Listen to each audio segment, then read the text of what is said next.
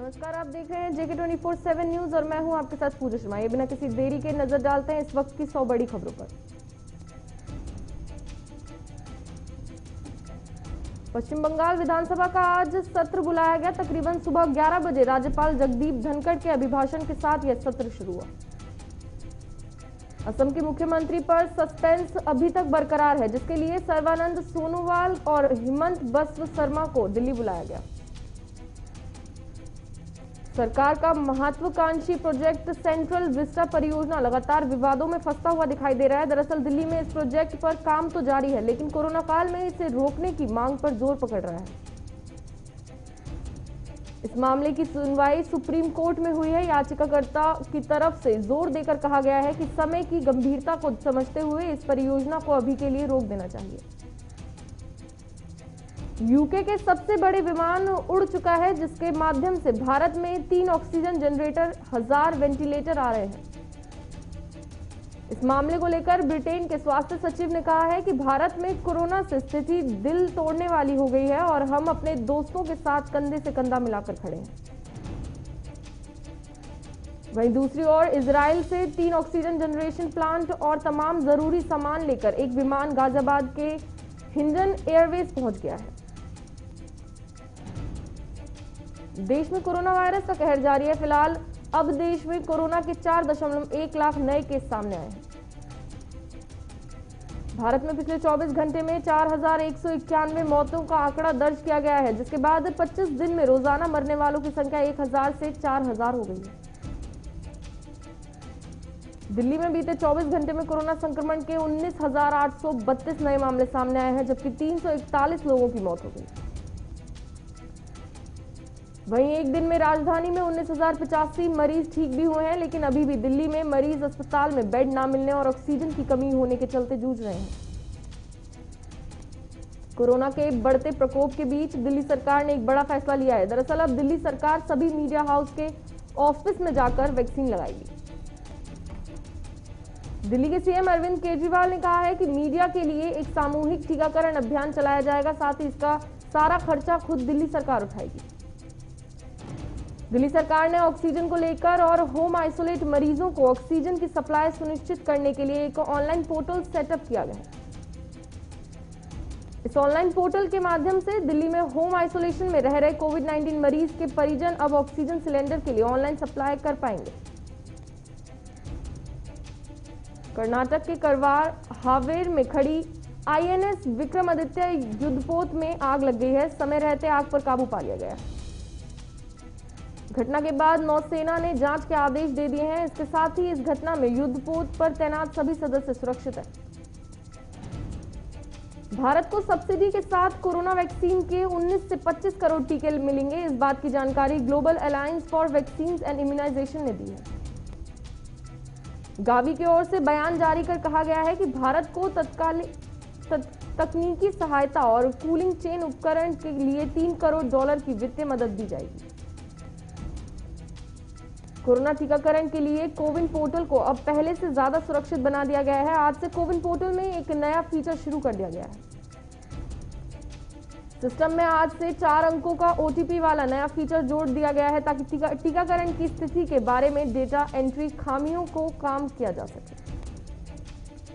Medicine बनाने वाली अहमदाबाद की प्रमुख कंपनी जायडस कैडिला इस महीने अपनी कोरोना वैक्सीन के लिए अनुमति मांग कर सकती है। कंपनी को कोविड वैक्सीन से जुड़ा डेटा मिल गया है। जायडस कैडिला के मैनेजिंग डायरेक्टर शर्विल पटेल ने कहा है कि हम इस महीने रेगुलेटर को ट्रायल का डेटा देकर अनुमति मांग सकते हैं। हमें इसी महीने इमरजेंसी यूज ऑथराइजेशन की अनुमति मिल सकती है। महाराष्ट्र में 24 घंटे में कोरोना से 898 लोगों की मौत हो गई है, जबकि राज्य में एक दिन में कोरोना के 54,022 नए केस सामने आए हैं।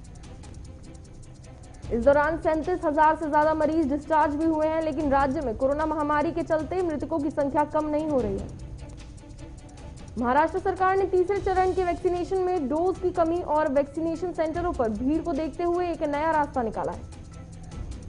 महाराष्ट्र सरकार नए रास्ते के तहत राज्य में अब सबसे पहले 35 से 44 साल की उम्र वाले लोगों को वैक्सीन लगाने पर विचार कर रही है। सरकार का मानना है कि इस कदम से वैक्सीनेशन सेंटरों पर लोगों को भीड़ में कमी होगी और टीके की कमी से जूझ रहे राज्य सरकार को राहत भी मिल सकती है। कोविड-19 की तीसरी लहर की आशंका के बीच महाराष्ट्र सरकार बच्चों के इलाज के लिए ढांचा तैयार करने के लिए बाल कार्यबल गठित कर रही है। राज्य के स्वास्थ्य मंत्री राजेश टोपे ने यह जानकारी दी है। शिमला पुलिस ने हिमाचल प्रदेश में प्रवेश के लिए पूर्व अमेरिकी राष्ट्रपति डोनाल्ड ट्रंप और बॉलीवुड स्टार अमिताभ बच्चन के नाम पर 2 ई-पास जारी किए जाने का मामला सामने आने के बाद प्राथमिकी दर्ज की है। कोरोना संक्रमण के बढ़ते प्रकोप को देखते हुए तमिलनाडु सरकार ने 10 मई से 2 हफ्ते तक के लिए संपूर्ण लॉकडाउन लगाने की घोषणा कर दी। 10 मई से 24 मई तक तमिलनाडु में पूर्ण लॉकडाउन रहेगा। किराना, राशन, मास्क की दुकानें दोपहर 12 बजे तक खोलने की अनुमति दी जाएगी।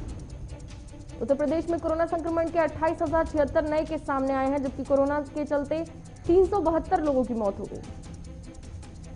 इसी बीच यूपी में सोमवार से 11 और जिलों में 18 साल से अधिक उम्र के लोगों का टीकाकरण शुरू होगा। अभी ये टीकाकरण अभियान प्रदेश के 7 जिलों में ही चल रहा है।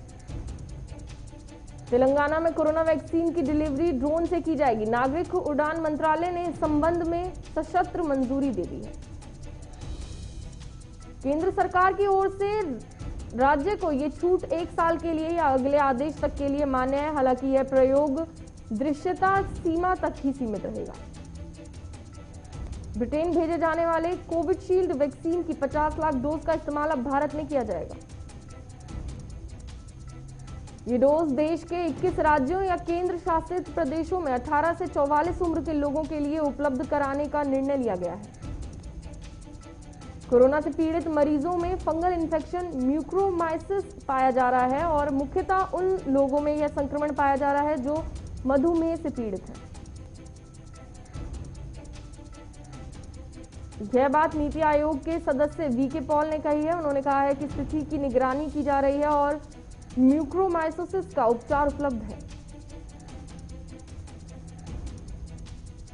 हरियाणा के अंबाला में एम्बुलेंस चालक की लापरवाही के कारण कोरोना पॉजिटिव मरीज की जान गई। मौके पर पहुंची पुलिस मामले की जांच कर रही है।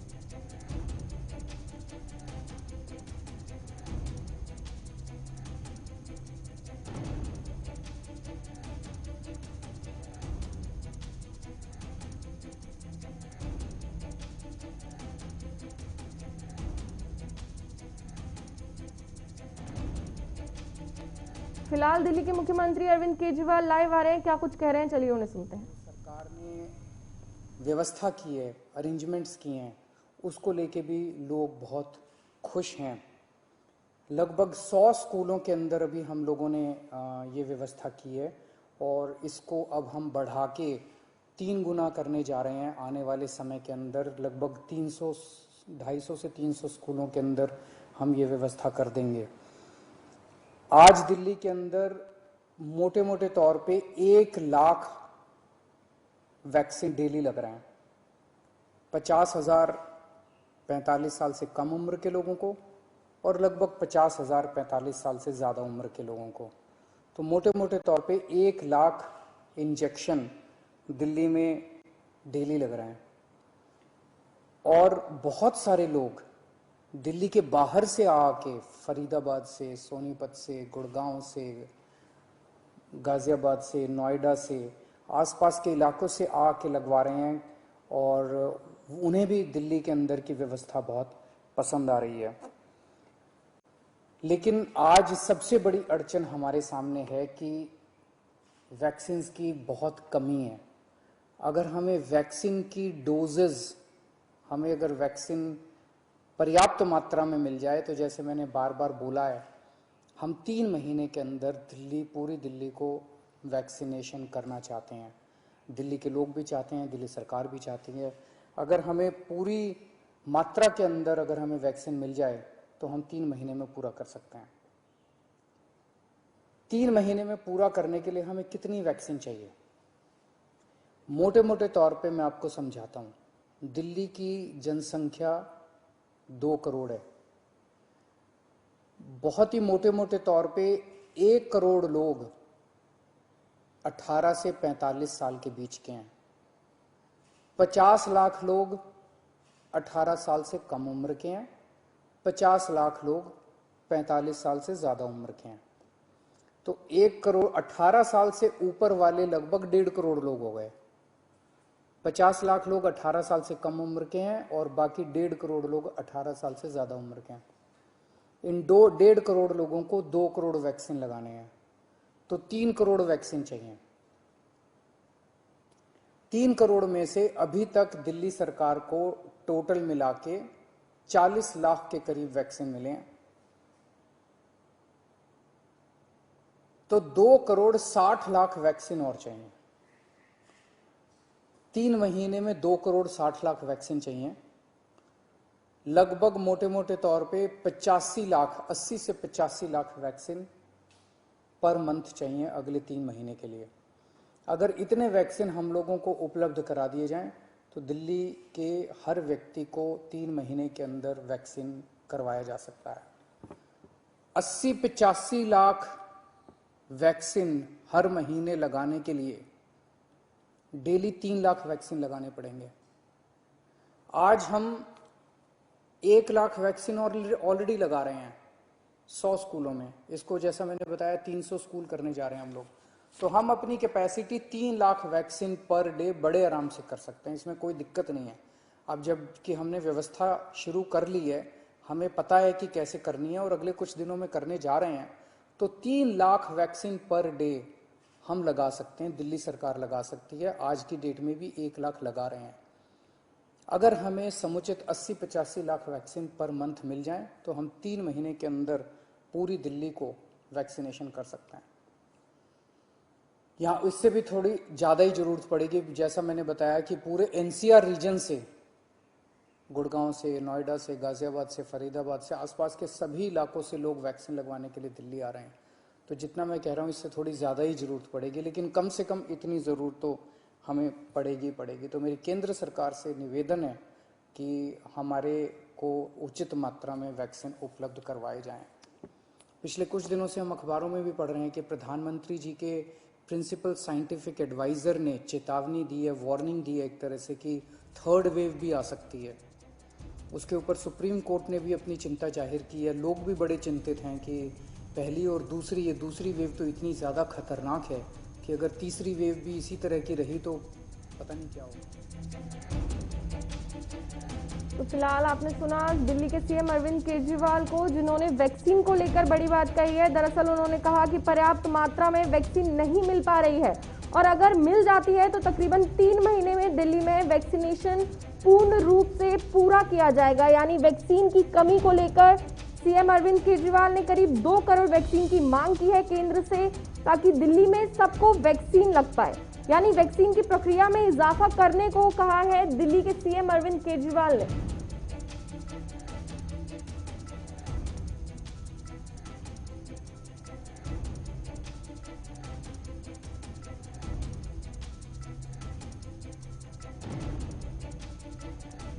राजस्थान के जोधपुर में विधायक ने सेतरावार अस्पताल का दौरा किया और अधिकारियों को दिशा निर्देश दिए कि अगर किसी व्यक्ति में कोरोना के लक्षण दिखे तो उन्हें जांच से पहले होम आइसोलेशन करें।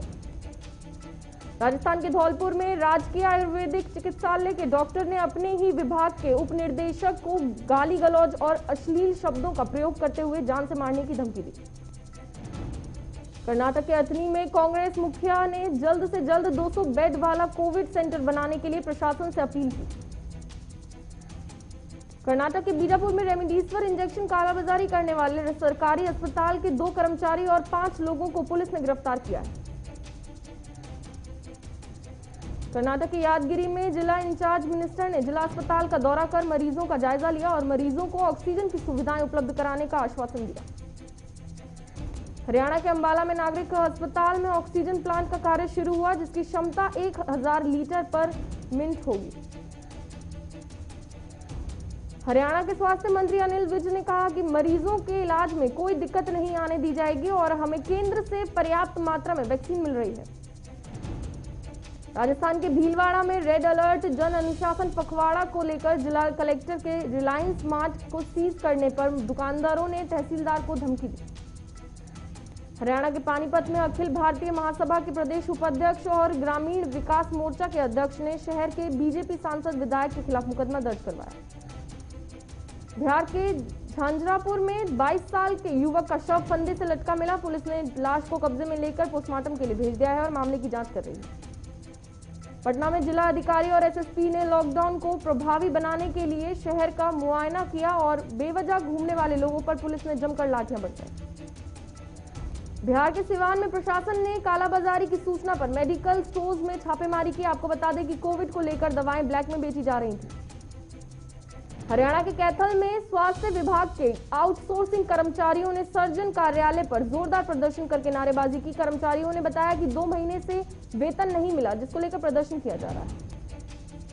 हरियाणा के फरीदाबाद में जमीनी विवाद को लेकर पक्षों में मारपीट, सूचना मिलने पर मौके पर पहुंची पुलिस मामले की जांच कर रही है। यूपी के कानपुर में नहर में नवजात का अज्ञात शव मिलने से हड़कंप मच गया है। मौके पर पहुंची पुलिस ने शव को पोस्टमार्टम के लिए भेज दिया है।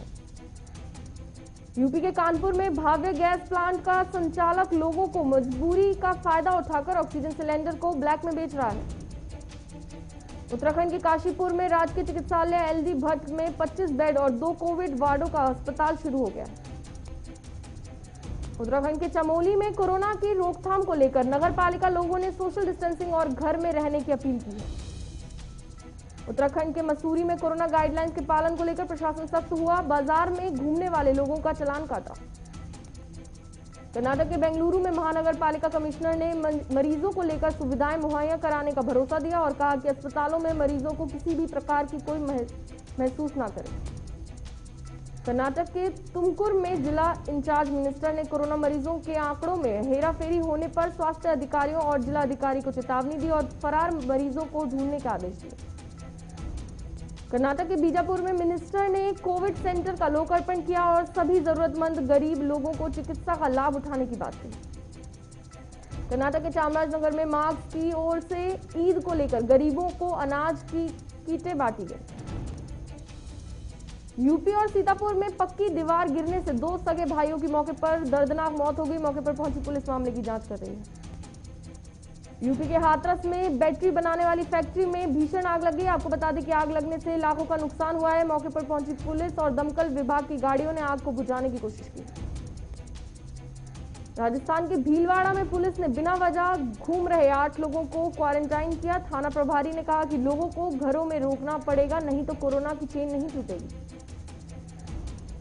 यूपी के अंबेडकर नगर में जिला अस्पताल की हालत बद से बदतर होती जा रही है। अस्पताल में इलाज के लिए महिला स्ट्रेचर नहीं मिला और महिला के साथ बदसलूकी की गई।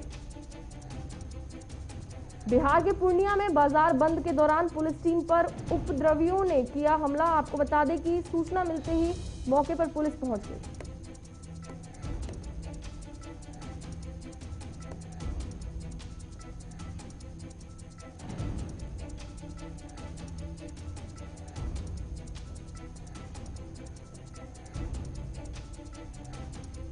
बिहार के कटिहार में कोरोना गाइडलाइंस का उल्लंघन करने वाले व्यवसायियों पुलिस ने छापेमारी की और 14 लोगों को हिरासत में लिया। हफ्ते के अंतिम कारोबारी दिन शुक्रवार को घरेलू शेयर मजबूती के साथ बंद हुआ। एनएसई निफ्टी 0.67% यानी 98.35 पॉइंट के उछाल के साथ 14,823 पॉइंट पर रहा। बीएसई सेंसेक्स 0.52% यानी 256.78 पॉइंट की बढ़त के साथ 49,206.47 पर बंद हुआ। लगातार 4 दिन तक पेट्रोल डीजल के दामों में इजाफा होने के बाद आज कोई बदलाव नहीं हुआ है। इससे पहले कल ही दोनों के दाम में 28 और 31 पैसे की बढ़ोतरी हुई। बीते 4 दिनों में ही पेट्रोल 90 पैसे तो डीजल 1 रुपए प्रति लीटर तक महंगा हो गया है। तेजी के साथ बढ़ती महंगाई को लेकर आम जनता बेहद परेशान है। देश में कोरोना का कहर बढ़ता तो लोग खुद को स्वस्थ रखने के लिए हर संभव कोशिश करने में लगे हुए हैं। लिहाजा संतुलित आहार की मांग बढ़ी, जिस पर महंगाई बढ़ गई है। इसके बाद इम्यूनिटी बढ़ाने के लिए चुनिंदा फल और सब्जी का इस्तेमाल भी बढ़ने लगा है। इनके दामों में 2 से 4 गुने तक का उछाल देखा जा रहा है। निवेशकों के लिए एक अच्छी खबर सामने आई है। मार्केट रेगुलेटर सेबी ने 2 कंपनियों को आईपीओ लॉन्च करने की मंजूरी दे दी है। दोनों कंपनियों ने इसी साल फरवरी में आईपीओ के लिए आवेदन किया था। इंडिया पेस्टिसाइड्स प्राइमरी मार्केट से 800 करोड़ रुपए जुटाएगी, जबकि दूसरी 100 करोड़ जारी करेगी। LIC में 2 नए MD के नाम तय हो गए हैं। IP मिनी और BC पटनायक अब नए MD होंगे। सोशल मैसेंजर प्लेटफॉर्म व्हाट्सएप ने भारत में 15 मई से लागू होने वाली नई प्राइवेसी पॉलिसी को फिलहाल टाल दिया है। पूरे विश्व भर में कोरोना से कोहराम मचा हुआ है। सबसे ज्यादा कोरोना से भारत प्रभावित हो रहा है, जहां हर दिन कोरोना मामलों का नया रिकॉर्ड बना है। दुनिया में हर 5 मरीजों में से 1 मरीज भारत से सामने आ रहा है। सबसे ज्यादा कोरोना मामलों से प्रभावित अमेरिका के बाद भारत का दूसरा नंबर है। पूरी दुनिया में इस समय 1.93 करोड़ एक्टिव केस हैं, जिसमें अमेरिका में कोरोना के कुल मामले 3.26 करोड़ हैं, तो वहीं भारत में यह आंकड़ा 2.14 करोड़ है। केंद्र सरकार ने फैसला किया है कि यूके भेजने के लिए रखी गई कोविशील्ड वैक्सीन की 50 लाख खुराक अब एक्सपोर्ट नहीं की जाएगी। इसकी ब्याज से ये टीका देश में ही 18 से 44 साल उम्र के लोगों के लिए शुरू हुआ वैक्सीनेशन प्रोग्राम में इस्तेमाल किया जाएगा। रूस के राष्ट्रपति व्लादिमीर पुतिन और अमेरिकी के राष्ट्रपति जो बाइडेन के बीच मुलाकात हो सकती है। जल्द ही 2 बड़ी महाशक्तियों के नेताओं की प्रस्तावित बैठक पर फैसला किया जाएगा। इस बैठक को लेकर स्टाफ लेवल पर चर्चा चल रही है। फिलहाल इसका एजेंडा तय किया जा रहा है। पाकिस्तान के प्रधानमंत्री इमरान खान और आर्मी चीफ 3 दिन के सऊदी अरब दौरे पर हैं। बतौर प्रधानमंत्री उनकी 3 साल में ये 5वीं सऊदी यात्रा है। सऊदी अरब ने पहली बार मक्का की शाही मस्जिद में मौजूद मकाम इब्राहिम की कुछ नायाब तस्वीर जारी की है। पैगंबर के पैरों के निशान को संरक्षित करने के लिए पत्थर को सोना, चांदी और कांच से एक फ्रेम से सजाया गया है।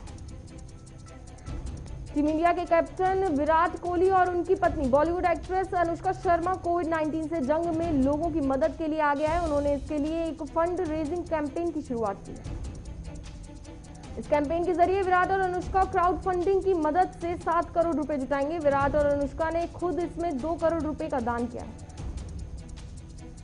भारत में कोरोना के बढ़ते संक्रमण की वजह से सस्पेंड किए गए IPL 2021 को अगर पूरा नहीं किया गया तो BCCI को 2500 करोड़ का नुकसान होगा। सौरव गांगुली ने भी इस बात को स्वीकार किया है।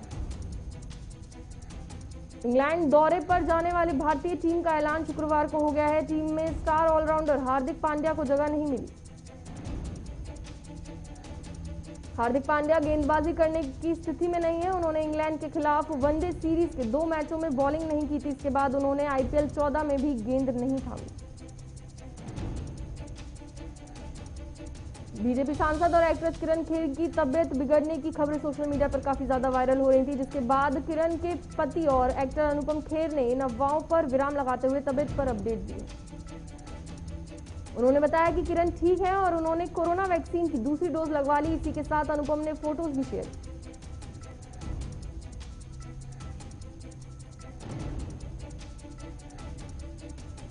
कार्तिक आर्यन और करण जौहर के दोस्ताना 2 विवाद में नई जानकारी सामने आ रही है। जनवरी में कार्तिक आर्यन और फिल्म की एक्ट्रेस जानवी कपूर की दोस्ती में दरार आ गई। एक्ट्रेस श्वेता बासु प्रसाद ने कोरोना वायरस महामारी में लोगों की मदद के लिए हाथ आगे बढ़ाया है। उन्होंने मदद करने के लिए अपनी बनाई पेंटिंग बेच दी है, जिससे वो कोविड फंड में दान करेंगे। कोरोना काल में एक और जहां सोनू कई लोगों की जान बचाने में कामयाब रहे हैं, तो वहीं दूसरी ओर कई लोग मदद के लिए बावजूद कोरोना से जंग हार गए हैं। ऐसे ही एक कोरोना मरीज की मौत पर सोनू सूद ने अफसोस जताया। चलिए फिलहाल के लिए सुपरफास्ट खबरों में इतना ही। बने रहिए JK 24/7 न्यूज के साथ। नमस्कार।